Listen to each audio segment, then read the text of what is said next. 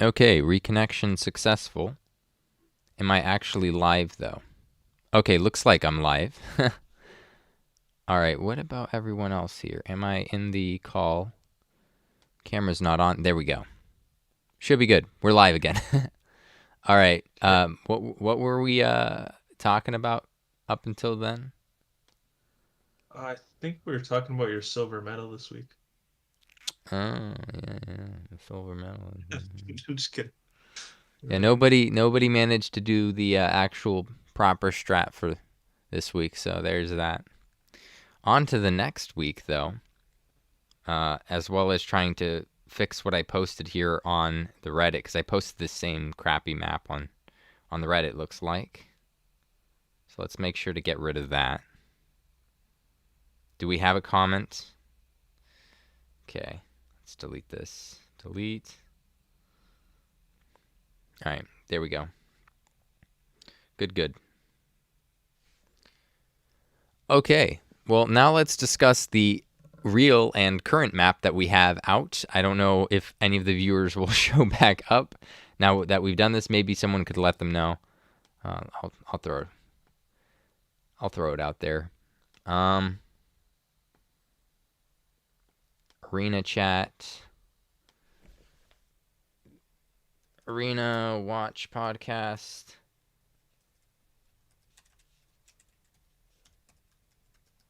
Was disconnected. it looks like it's buffering a bit. But we are back.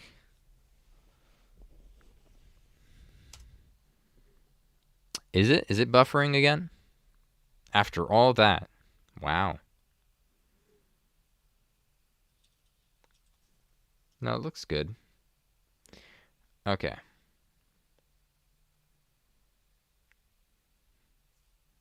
There we go. Let's see if the chat is Yeah, at least I good. Anyone in the chat? That would help. Now it's buffering for. Oh, there it goes. Okay. Oh, Probably just mine at this point. That's Pop no, out mine's for the buffering too. chat. I don't see a pop out or anything here. Let's see. Maybe I'll lower the quality to 720p here. Maybe that'll help. Okay. We have one concurrent viewer. It's okay. There does seem to be a bit of buffering on my end too. Not receiving enough video to maintain smooth streaming, it says. Huh. That's weird. Okay. I guess I just don't have a very good connection today. For whatever reason. It's alright. Yeah. We could finish up this week. There's not a whole lot to talk about. I know OBS records everything we say, so even if it lags on the stream eventually, once when the video does upload, it should be smooth then, from what I remember and have seen. So we should still be fine, unless if it straight up says disconnected. That's when the issues arise. All right. Well, all right. Let's discuss this map. Let's discuss permutations before we crash again. What do you guys think about this map? 240 weight, standard kind of 240 permutations. What are we going to see this week? I mean, this is a real friendly map. You got every spot can be hit by breath units except for that very back one behind Great Dragon. And then. Okay, we're reconnected, I think. I disconnected there for a second. Let's see about Discord. Still haven't reconnected here, looks like.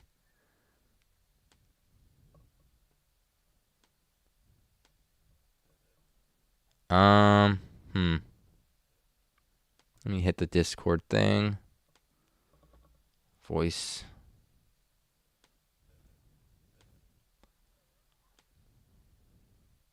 Join video call. Pop out. Like sound connection. There we go. All right, what were you saying, Trop? Wait. Yeah. Okay, what were you saying? Oh, I think I was talking about the spots that there's no spots that Mark De Leon and Squid can't hit, and that of course we know that if we face a Seraphy team, it's gonna go in that back slot right there, guaranteed. Can Marquis de Leon guarantee one shot a Seraphy? Probably Mm, the leader. No, No. depends on their build Like if and you're their hitting at least awakenings. I don't 800, know. you'll kill Seraphy, right? Generally. I mean, Probably. not much. I mean, too bad I don't have the leadership from Vera. Otherwise, it would guarantee, could kill.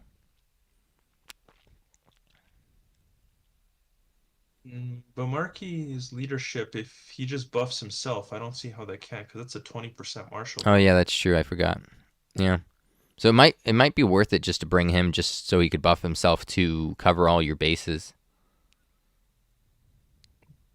I mean, it could be, if you have Marky De Leon and what do you call it?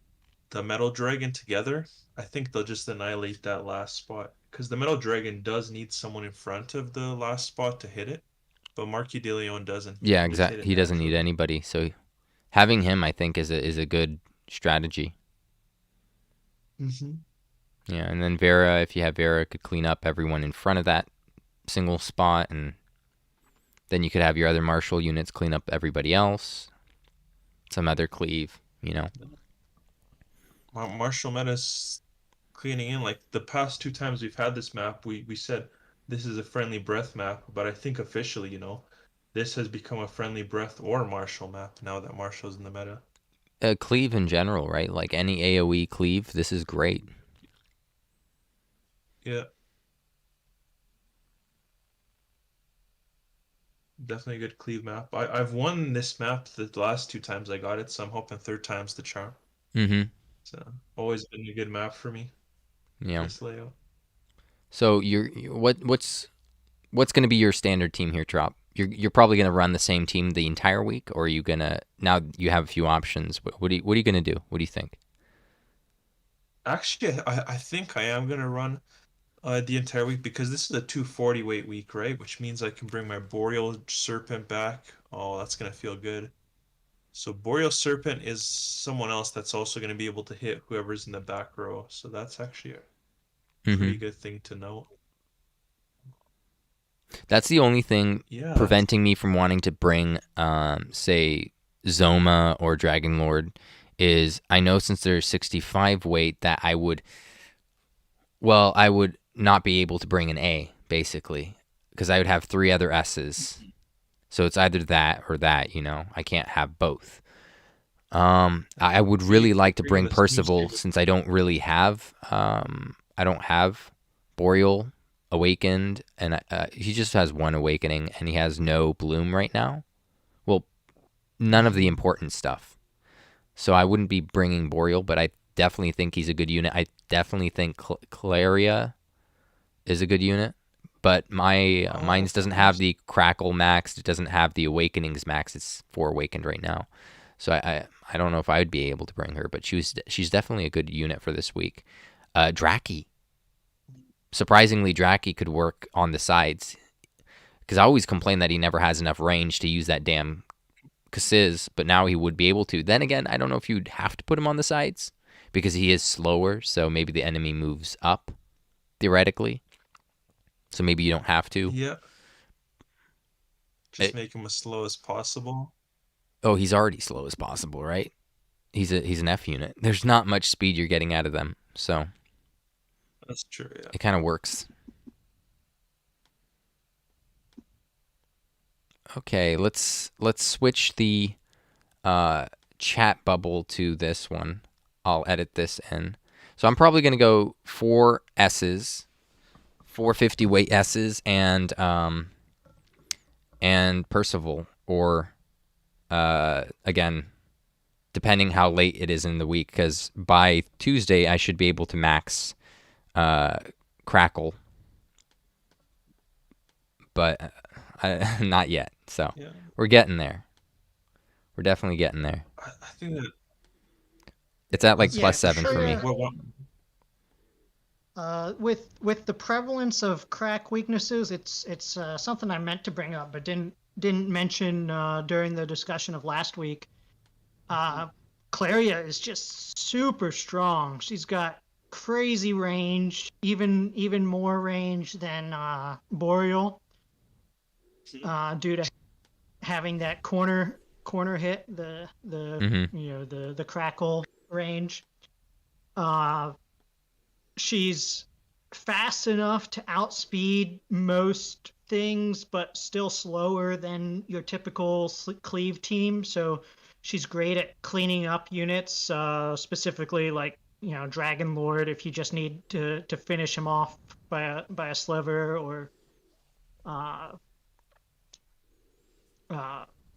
halberd. There's so many crack type weaknesses that you can very often, like I ran halberd, or not, well, sometimes halberd, but great dragon, boreal, dimension dragon, and Claria all on a team several times, because there's a bunch of teams where there's 3+ crack weaknesses and maybe one resistant to crack. So you can just pretty much go full bore on the crack damage and still be able to find a lot of teams that you can target pretty well. You know what I like about these crack martial maps, other than our crack martial map units doing very well for them, is that we get to go up against other crack martial teams. Typically, like people know to bring crack and martial for weeks like this, so you kind of lower your chance of getting crit with some of these higher buckets, these harder bucket teams. So that's nice too. So it kind of has this kind of effect where, you have like 23, 24 people in first, and that's kind of fun, like everyone gets a chance. It's pretty easy to get that first, and everyone there is kind of happy to get first. We all get 700 medals. No one really gets in the other person's way of getting those medals. It's kind of nice. It's almost symbiotic in a sense. It's like digital communism or something. Yeah. Everyone Digital gets communism. to It get works first. only in video games. Don't try this at home. Yeah. Unless if you're a third world country, go ahead. That probably wouldn't make much of it. No, okay. If back home's a third world country, you're fine. Go ahead. No. But yeah, I think the only question I have for you guys is, are either of you going to bring a 65 weight?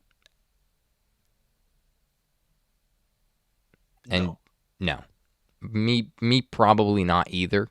I'll have to think about it, because Dragon Lord is nice. The range might actually be kind of fun and interesting. What about you, Celery?